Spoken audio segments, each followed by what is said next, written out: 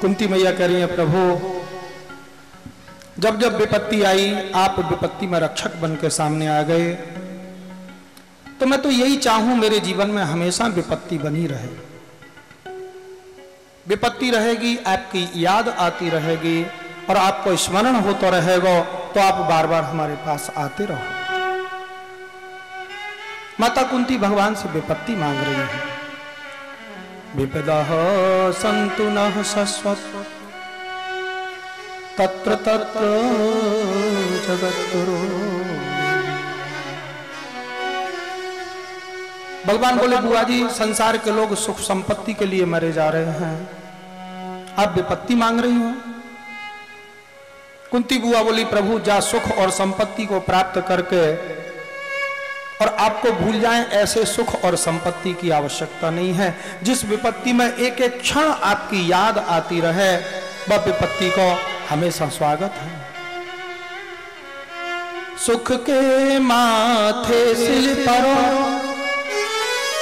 जो हरि नाम भुला, बलिहारी वा दुख की जो पल पल नाम रटा।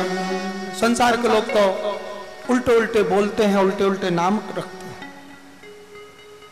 रंगी को नारंगी कह में और तत्वमाल को खोया, और चलती को गाड़ी कहते हैं देख कबीरा रोया। रंगी को नारंगी कह में, कैसे सुंदर रंग की है, बसंती रंग की। अंग्रेजी में बाको नाम ऑरेंज रखो है, बाको नाम रख दियो ना रंगी। ना मन नहीं है, रंगी किसी भी रंग की। अरे वसंती रंग की है, बाको नाम बसंती रख देते तो क्या बिगड़ जाते। पर रंगी को नारंगी कह में और तत्वमाल को खोया। वो अमृत जैसो कैसो दूध होवे, वह दूध को कढ़ाई में ओट ओट के बढ़िया जो कोई विशेष बा को नाम रखना चाहिए, पर बा को नाम क्या रख दियो, खोया। खोया माने खो गया। मावा मावा भी बोलते हैं, खोया भी बोलते हैं। खोया पाया, कढ़ाई में ओटते ओटते खोया, खो गया। तत्वमाल को खोया। ये संसार के लोग हैं, ऐसे ही नामकरण करते हैं। और चलती को गाड़ी कहते हैं। गाड़नो काय को प्रतीक है, स्थिरता को। इस खूंटी को यहाँ गाड़ दो, इस बांस को यहाँ गाड़ दो। जो वस्तु गाड़ दी जाए वो चल नहीं पावे, स्थिर हो जाती है। तो स्थिरता को प्रतीक है, वो चलने वाली वस्तु का नाम रख दिया। रेल गाड़ी, मोटर गाड़ी, बैल गाड़ी। गाड़ी के भागे नाम रखना चाहिए, बैल भागी, मोटर भागी, रेल भागी। चलती को गाड़ी कहते हैं और देख कबीरा रोया। संसार के लोग उल्टे उल्टे नाम करते हैं, उल्टा उल्टा सोचते हैं। प्रभु हमको तो विपत्ति चाहिए। भगवान बोले, ठीक है बुआ जी, आपको विपत्ति दी। आपके बेटा पांडवों ने महाभारत को युद्ध जीत लियो, राज्य मिल गयो। अब मैं द्वारका जाऊं?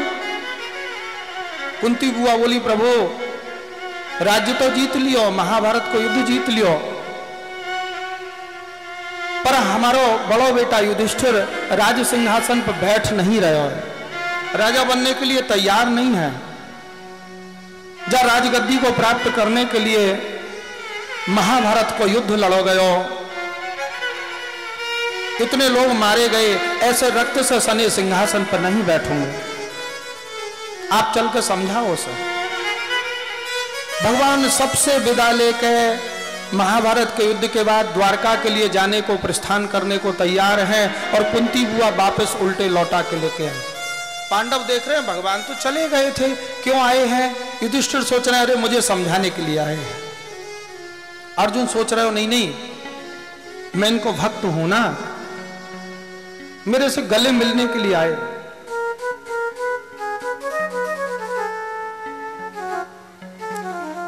द्रौपदी सोच रही है, मैं बड़ी भक्त हूं, अर्जुन से भी श्रेष्ठ, मुझको आशीर्वाद देने आए हैं। सुभद्रा सोच रही है, मैं खास बहन हूं, मुझसे मिलने के लिए आए हैं। उत्तरा सोच रही है, नहीं नहीं मेरे गर्भ में जो बालक है ना, बाकी रक्षा अंदर रह के भी करेंगे, बाहर रह के भी करेंगे। भगवान सबके प्यारे हैं, भक्तों के रखवारे हैं, लेकिन सबसे न्यारे हैं। क्यों आए हैं? बोले बाणों की सैया पर युद्ध भूमि में जो भीष्म पितामह लेटे भये हैं, उनको अंतिम दर्शन देने के लिए प्रभु लौट के आए हैं। भगवान समझाने लगे युधिष्ठिर को, लेकिन युधिष्ठिर की समझ में नहीं आई। भगवान किसी को समझाएं और उसकी समझ में नहीं आए, इसका मतलब क्या है? बोले भगवान समझाना नहीं चाहते। भगवान के समझाने पर भी युधिष्ठिर की समझ में नहीं आई, तो भगवान बोले अच्छा भैया युधिष्ठिर, हमारी बात समझ में नहीं आ रही है, चलो भीष्म पितामह के पास चलते। सब पांडवों को लेकर द्वारकानाथ श्री कृष्ण युद्ध भूमि में जैसे ही पहुंचे हैं, बाणों की सैया पर लेटे भाई भीष्म पितामह ने आज भगवान के दर्शन किए हैं। वहीं लेटे लेटे मन से भगवान को प्रणाम किए हैं।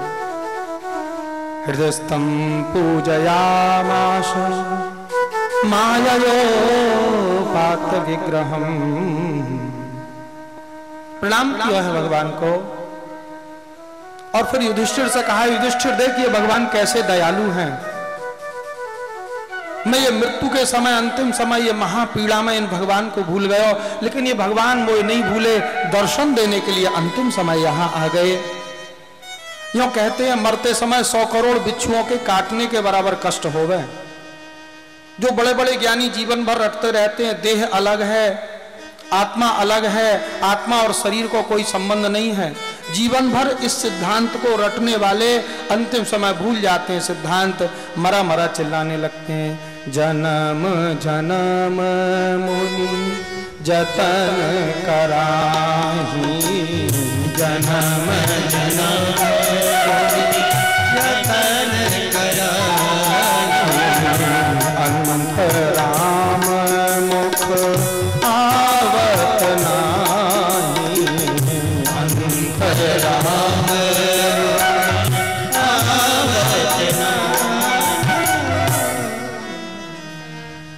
तो फिर सब बेकार है?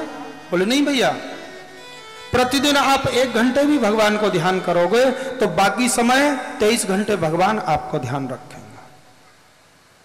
और रोज आप थोड़ा थोड़ा भगवान को ध्यान करोगे तो अंतिम समय या पीड़ा में आप भगवान को भूल जाओगे, भगवान नहीं भूलेंगे।